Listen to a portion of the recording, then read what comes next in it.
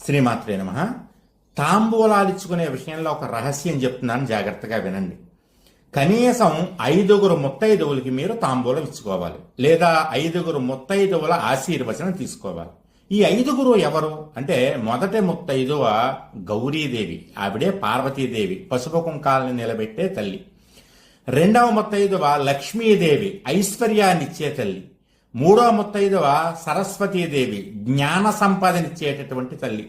నాలుగవ ముత్తైదువ పులోమజ అంటే శచీదేవి, ఇంద్రుడి యొక్క భార్య, అధికారాన్ని ఇచ్చేటటువంటి తల్లి. ఈవిడికి ఉన్నటువంటి పుణ్యం వల్లే ఇంద్రుడు స్వర్గాధిపతి అయ్యాడు, లేకపోతే ఇంద్రుడికి అంత శక్తి లేదు. ఇక 5వ ముత్తైదువ రతీదేవి, మన్మధుడి భార్య. భార్యాభర్తల మధ్య అన్యోన్యత, ప్రేమ ఉండాలంటే ఈవిడ కూడా ఖచ్చితంగా ఉండాలి.